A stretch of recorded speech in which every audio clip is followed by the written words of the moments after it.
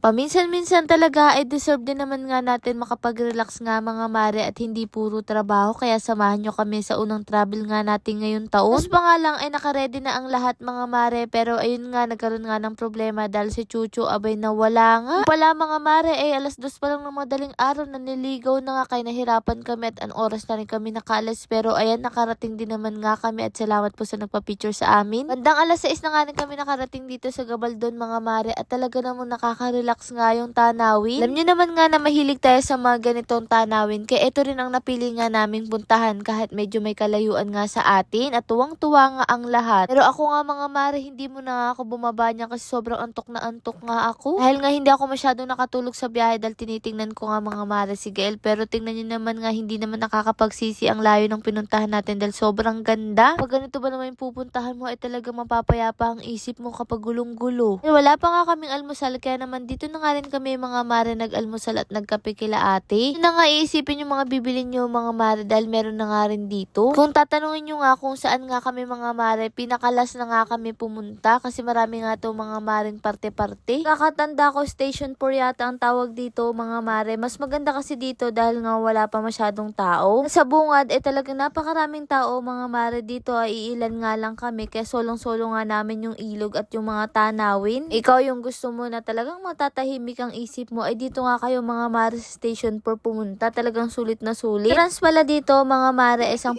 piso nga lang kada tao, tapos nga yung cottage ay 500. Ganitong tanawin ay talagang sulit na sulit ang perang ibabayad mo mga mare. Sa halagang 10 piso ganito nakaganda yung makikita mo at napakasarap maligo dahil napakalamig. Aga pa nga kami nakapunta dito mga mare, kaya maaga nga rin tayo makakapaghanda. CR na nga rin dito sa lugar na to, kaya naman nga hindi na nga rin kayo mga mare mahihirapan kapag kailangan nyo mag-CR. Bukod doon ay meron nga rin kayong pwede nga ditong ma-rent na ATV. Napakaganda talaga mga mare ng tanawin, kaya sulit na sulit ang biyahe nga namin. At eto nga, buti na nga lang din pala dumating nga itong salbabida nga ni Gael. Kahit nga bata talagang na-enjoy nga din dahil mababaw nga lang yung tubig mga mare, tas napakalamig pa. Pero eto nga si Gael, kararating pa nga lang namin ay gusto nang maligo. At ayan, naglakad na nga sila ng tatay niya dyan mga mare. At eto pala yung makikita nyo nga dito. Sabi ko nga mga mare kay Ran, videohan niya nga ako dito kasi napakaganda talaga mga mare. At ayan, may paikot-ikot pa nga ako dyan, nalalaman ay muntik na nga akong mahilo dyan. Bukod kasi sa may ilog na dito ay meron pa nga bundok, kaya naman tamang-tama nga yung kombinasyon. Ito isang pamilya nga na ito at mag-anak na to. Ayan, tuwang-tuwa nga. Akala mo naman talaga parang bagong kasal nga sila mama at tatay, at eto ang anak nila si Gael. Si Gael nga ayan, may pa-shade-shade pa nga yan mga mare at tuwang-tuwa nga din, kaya tuwang-tuwa nga ang lolo niya. Lara naman nga ay abalang-abala nga dito mga mare magsipag-ihaw nga dito ng uulamin nga natin ngayong tanghalian. Pero alam nyo ba mga mare, ang nakakapagtaka dito, sobrang haba talaga ng oras. Nagulat kami ay anong oras pa lang, akala namin alas 2 na pero alas 10 pa lang pala. Siguro dahil nga maaga nga kami nagising kaya nahabaan din kami sa oras. Ang mare nyo nga dito, naganda-gandahan muna nga at may paikot-ikot pa nga ulit ako dyan nalalaman nung ako na nga lang mag-isa. Habang yung mga bata mga mare nagsipaglangoy na habang malamig pa nga dahil nga sakto lang din naman yung init sa balat. At syempre ako ayan, nagmuni-muni na nga rin ako mga mare dahil nga syempre sa dami nating ginagawa ay deserve na deserve din nating magpahinga. Sabi nga hindi palaging puro trabaho, kaya kasi tayo nagtatrabaho ay parang maranasan natin yung mga ganitong pahinga. Pero si Gael kahit nga dede at tulog lang ang kanyang trabaho, ayan, kailangan niya mag-relax, kaya ayun sumakay na nga dito sa salbabida niya. Kasi nakakatuwa sa bata na to, hindi siya tulad ng ibang bata, takot sa tubig, takot sa ganito, gustong gusto nyo nga lahat subukan. Na nga hanggang paglaki ay madala niya yung ganong ugali, hindi ko katulad ay marami akong kinatatakutan. Pero ayan, solong-solo nga siya dyan sa salbabida, nakatingin nga lang din kami mga mare. Kung marinig nyo nga mga mare sa background ko, ayun, nag-uubo-ubuhan nga dito gamit nga yung baso niya, pinakikinggan yung boses. Nga mga mare, bukod nga sa matatanda ay mag-enjoy nga din yung kasing laki nga ni Gael kasi nga hindi nga siya malalim. Mga mare, sinubukan na nga namin iahon dahil malamig na, pero ayan, bumabalik at bumabalik pa nga rin siya. Napakaingay pa nga niyan mga mare.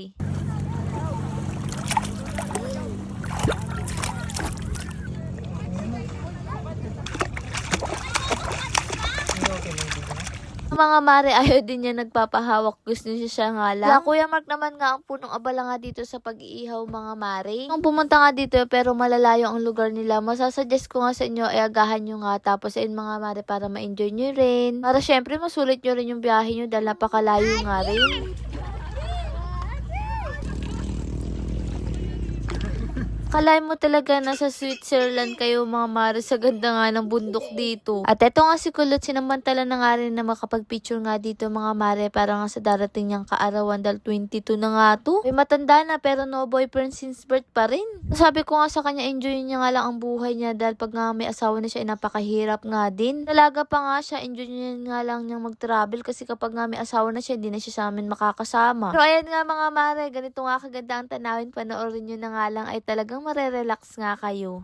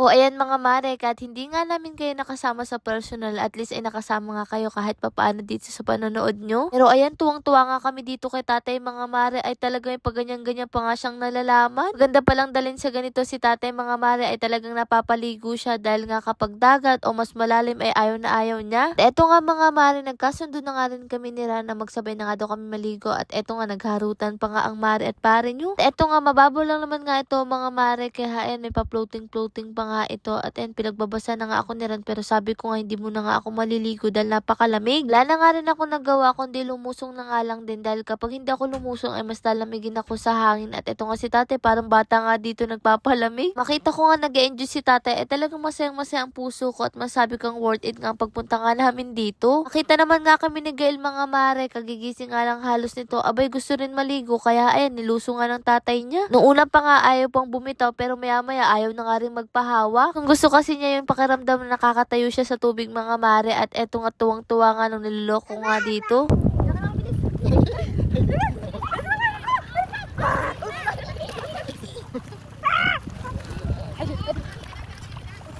Nga ang pumaldo dito kalalangoy, eto nga yun mga mare si Gael, bukod nga dito sa mga batang malalaki na. Eto nga sila Sophia, Agatha, Stephanie ay talaga na-enjoy nga rin nila mga mare ang paliligo nga dito. Nahawak ko dyan si Gael mga mare sa damit kasi ayaw niya talaga magpahawak, at eto hinabol na nga rin siya. Ano naman nga sa tenga ko dito mga mare, abay kababaw na nga lang, nalagyan pa nga ng tubig yung tenga ko kaya hindi maipinta yung mukha ko. Etong mag-ama nga na to, abay napakasarap ng tingnan na tuwang-tuwa nga sila parehas. Kaya nga lang din yung ganito mga mare, kahit paminsan-minsan mo nga lang tong ginagawa, ay talaga naman nakakatulong para maibsan nga yung pagod mo sa trabaho. Kailangan ng malaking pera para mag-enjoy ka nga dito. Lord, maraming salamat sa lahat ng blessing, at syempre sa inyo mga mare. Paano ba yun? Bukas na lang ulit!